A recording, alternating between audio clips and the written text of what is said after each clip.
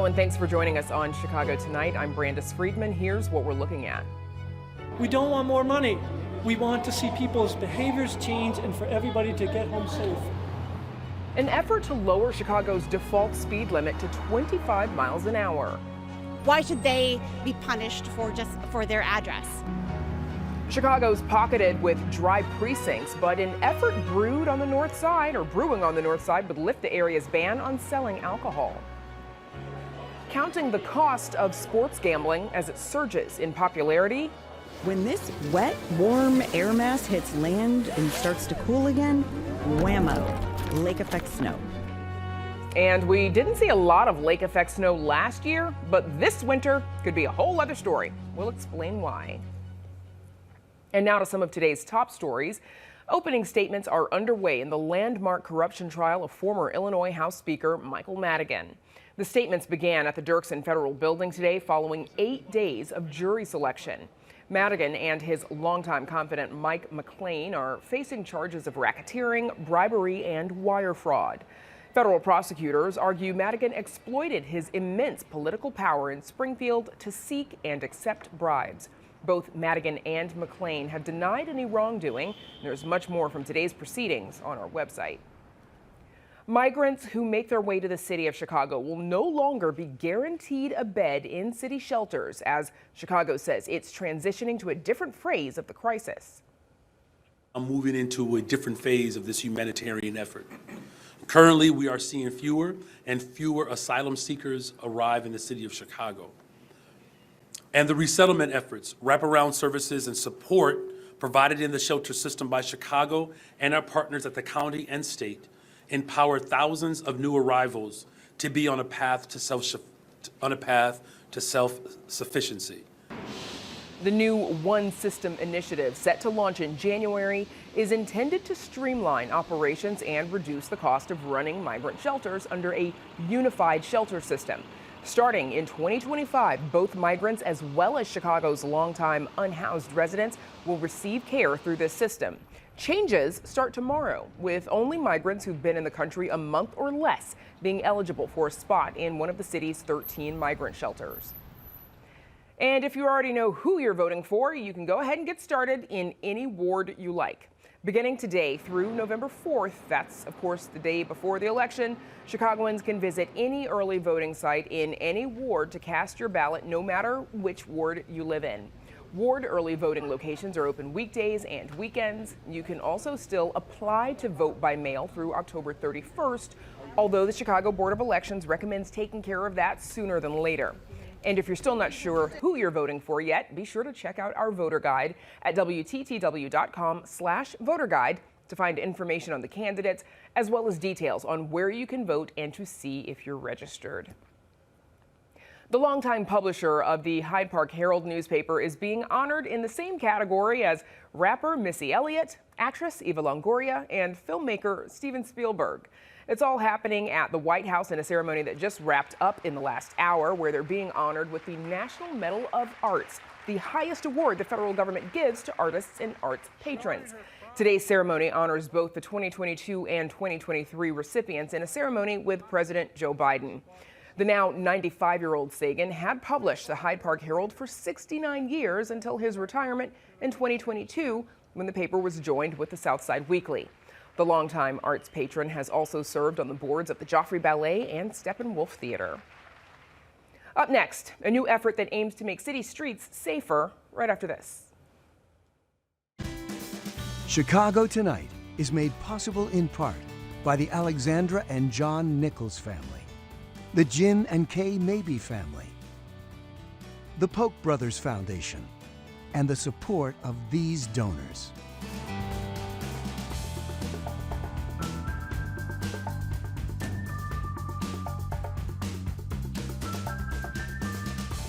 Chicago drivers might soon have to ease up on the gas. A city council committee earlier today approved an ordinance that would lower the default speed limit to 25 miles an hour from the current 30.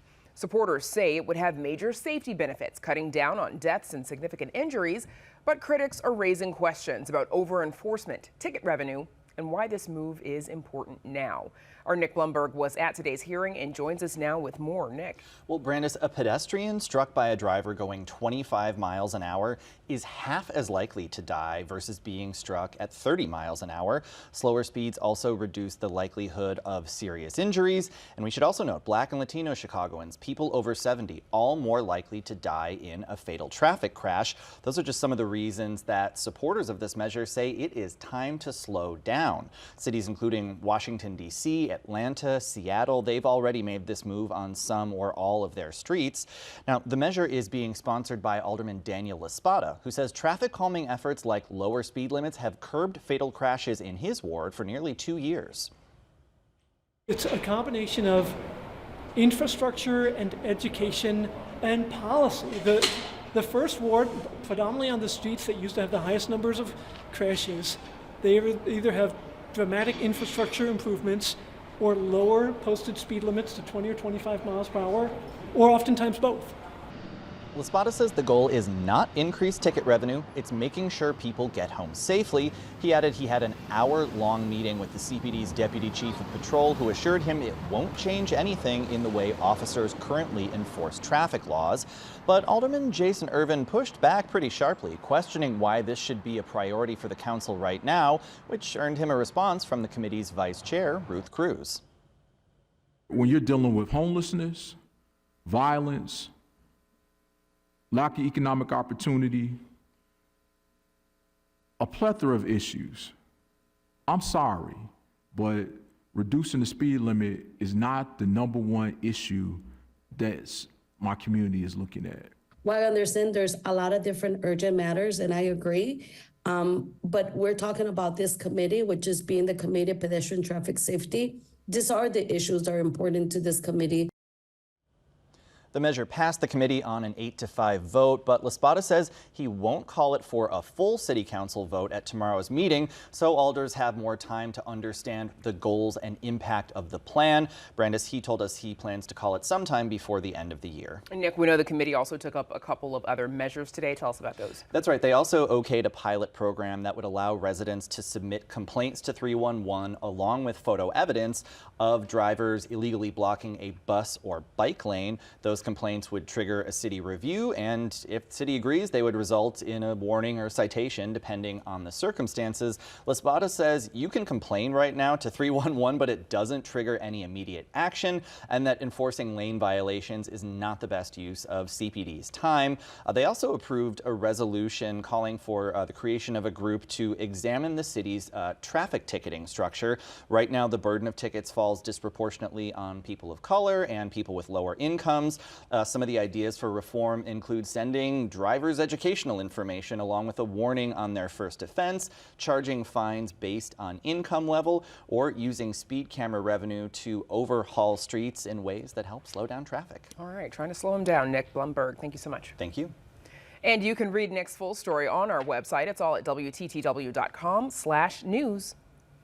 Up next, a restaurant fights to lift a century-plus ban on selling booze.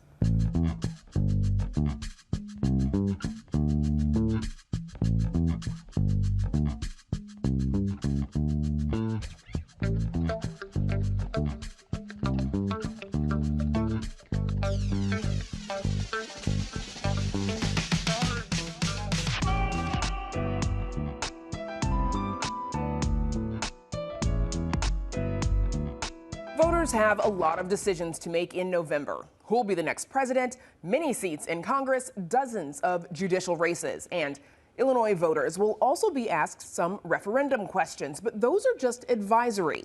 According to the Chicago Board of Elections, in the entire city, there is only one referendum question on the ballot that will have binding results, and only a small sliver of the population will be voting on it. Amanda Vinicky has the story. Xochimilco restaurant in Ravenswood has been serving elevated Mexican dishes since 2018, fulfilling a dream of owners Lucia Errajon and her husband. Fajitas, flan, sea bass, carne asada. The drink menu, though, is limited. We are BYOB, so you can bring your own bottle. You can choose spring wine, beer, or we have a freshly squeezed margarita mix that we make in-house, and you can bring your own tequila. That was fine for a while, but with food prices, making the profits gotten harder. So they decided to apply for a liquor license. You make like 40% profit of alcohol, and on food you're making like 8%. She says they jumped through hoops to meet Chicago's criteria. Background check, you have to get insurance and start paying for insurance as if you had a liquor license. They passed the city inspection, but then an email from their lawyer. That's when they learned they can't get a liquor license. They're in the 9th precinct of the 47th Ward, and it is dry and has been since 1907. Over here, just across the street, the 10th precinct, it's wet. In fact, I've had a couple tasty cocktails at that very restaurant across the street.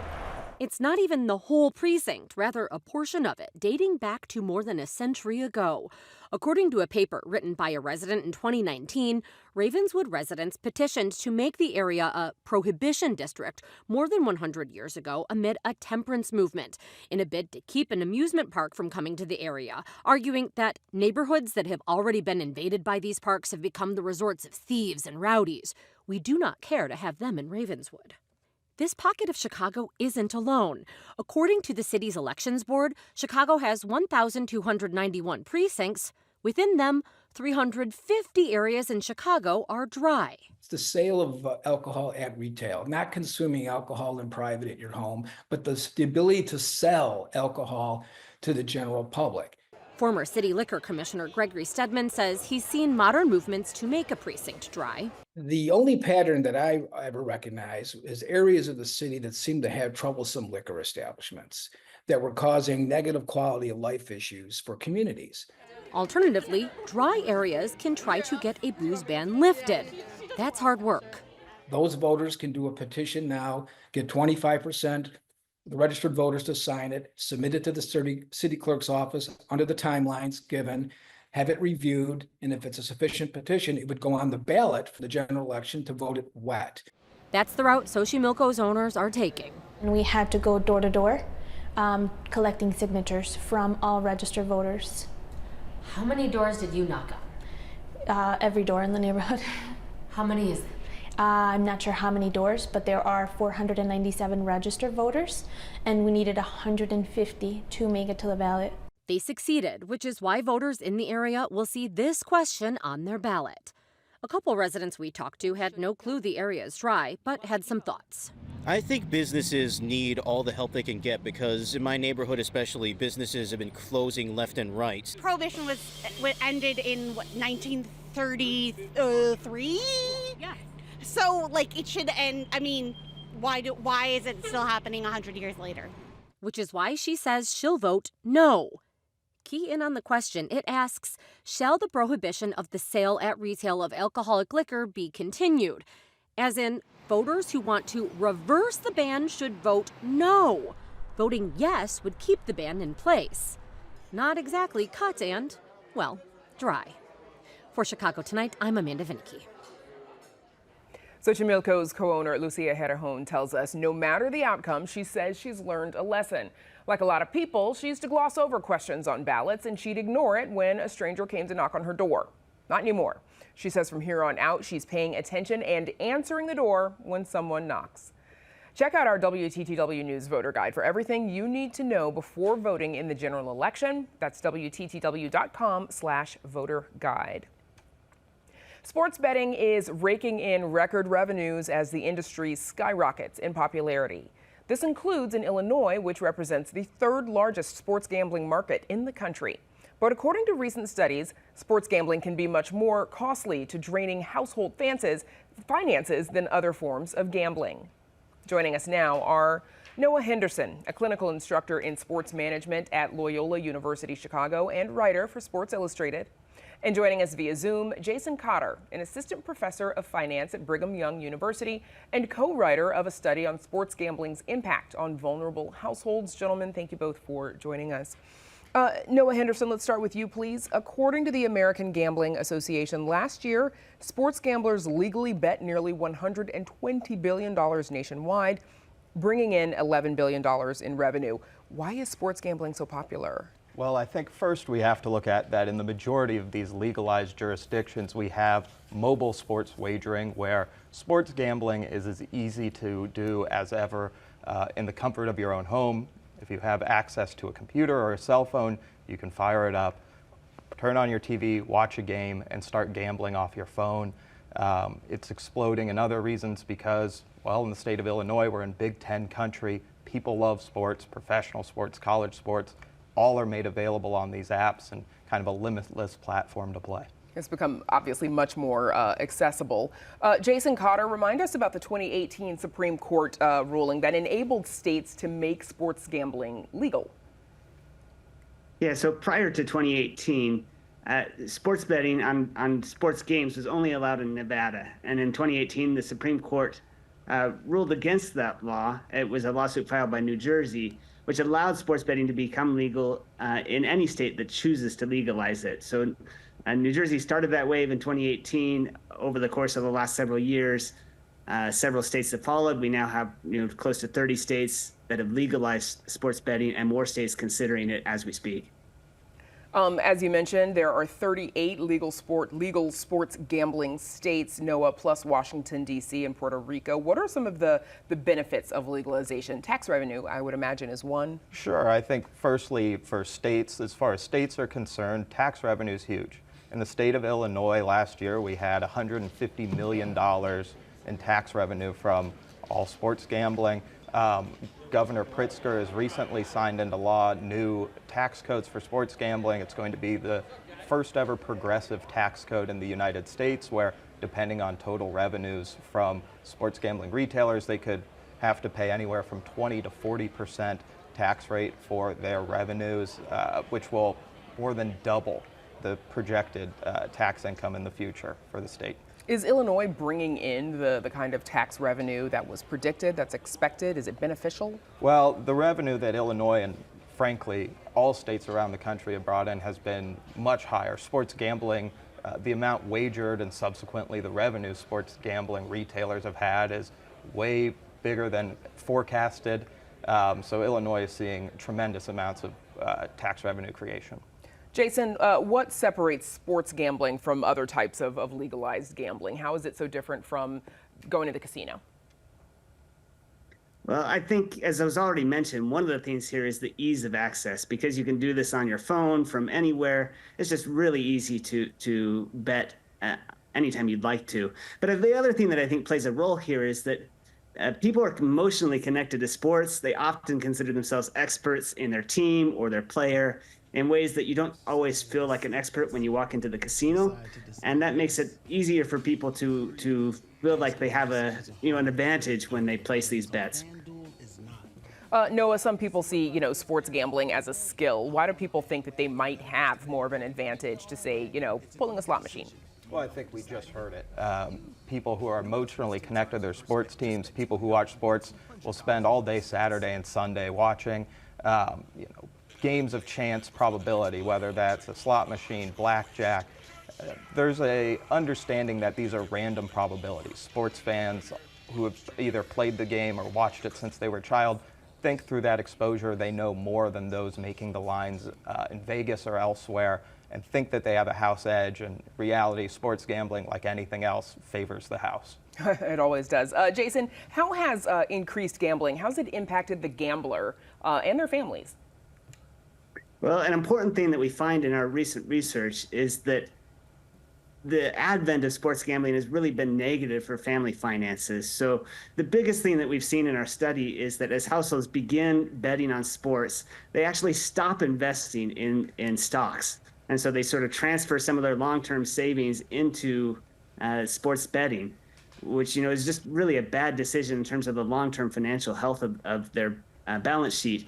And moreover, what we see this happen most with the households that are least able to be prepared to deal with this. So households that are already pretty tight on their finances are the ones that we see cutting their savings the most. They increase their debt also that they can participate in this betting market. Noah, what are some of the signs that someone might be developing a sports gambling addiction? Well, sports gambling addictions look like addictions in a variety of other substances or industries. Cash advances are one of the most dangerous things that you can see. A lot of sports retailers now allow people to use credit cards to deposit money on these apps, right? Anytime someone's using a cash advance, that's dangerous. Chasing losses, depositing multiple times in a day, staying up late to watch, later games to continue to gamble. A lack of desire or care for things that aren't sports or sports gambling. It mirrors a lot of other addiction. Jason, how would you say sports gambling has changed the way people consume sports? Well, I think, any casual sports fan who turns on a game, it's in your face all of the time. So for many people, that's great. It makes it more enjoyable for them to consume sports when they have a little bit of money on the line. They're more invested in it and they get a lot of enjoyment out of that, which is great. For other people, it's kind of a pain to have it always in your face, and the advertising and the focus on odds and so on maybe makes it a little bit less enjoyable. But I think the important thing here is, of course, if you can responsibly enjoy sports betting, that's great. But you ought to be cautious because there are real potential downsides if this habit gets out of control. Okay, something to keep an eye out for everybody, obviously, as we're only midway through the football season and then basketball starting soon. So Noah Henderson and Jason Cotter, thanks to you both for joining us. I appreciate it. Up next, the science behind a weather phenomenon Chicagoans know all too well. But first, a look at this week's forecast.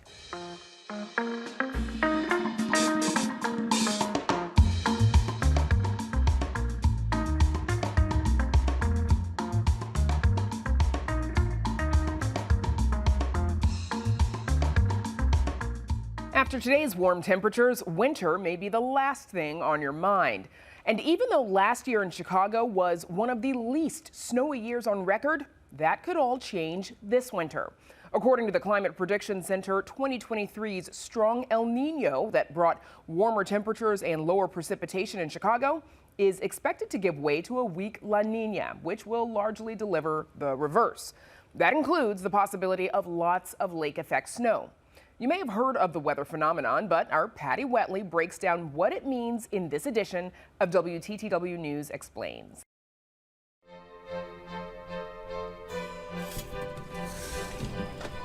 Between the wind and the cold and the sun disappearing for what seems like months at a time, winter in Chicago is not for the faint of heart. But it could be worse. We could live in one of these cities, the snowiest in the U.S. Notice a pattern here? They're all on the wrong side of a Great Lake. And by wrong side, we mean the side most likely to get socked with lake effect snow. Oh yeah, the lake effect snow machine is real. It's unpredictable and capable of dumping tons of snow in a short amount of time. And just because we're on the right side of the lake doesn't mean we're safe. When the wind turns on Chicago, watch out. So what causes lake effect snow? Two things: cold air and comparatively warmer water. Here's how it works. During a typical Midwestern winter, cold winds swoop in from the north, which, not to point fingers, usually means Canada. The Great Lakes hold onto their heat longer than the surrounding land, so when this cold air passes over the warmer water, it soaks up moisture like a sponge. Depending which way the wind is blowing, it might cross a lot of water. And the more water it travels over, the more moisture it picks up. When this wet, warm air mass hits land and starts to cool again, whammo, lake effect snow. The weirdest thing about lake effect snow is how it can fall fast and furious in one place while the sun is shining just a mile or two away.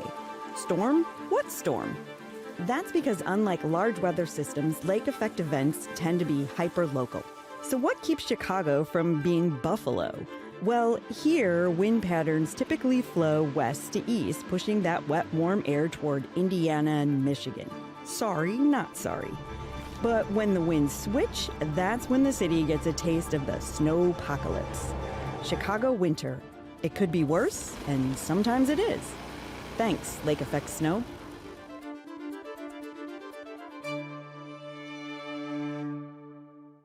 Oh, the things we have to look forward to, but not this week. You can visit our website for more in our Emmy Award-winning series, WTTW News Explains, including how Illinois highway exits are numbered and why we have so many units of local government. That's at WTTW.com/explains. And that's our show for this Monday night. Check out our free email newsletter, The Daily Chicagoan, for more on what you need to know about the complicated issues facing the city. But we don't stop there. We also introduce you to new ways to explore your neighborhood and those around you with concert recommendations, weekend activities, and more. Head to WTTW.com/newsletter to sign up. And join us tomorrow night at 5:30 and 10. With Chicago's public transportation system facing a looming fiscal cliff, we sit down with the leaders from CTA, Metra, PACE, and RTA to talk about why they say transit should be a priority and why they've resisted calls for a merger. Now, for all of us here at Chicago Tonight, I'm Brandis Friedman. Thank you for watching. Stay healthy and safe, and have a good night.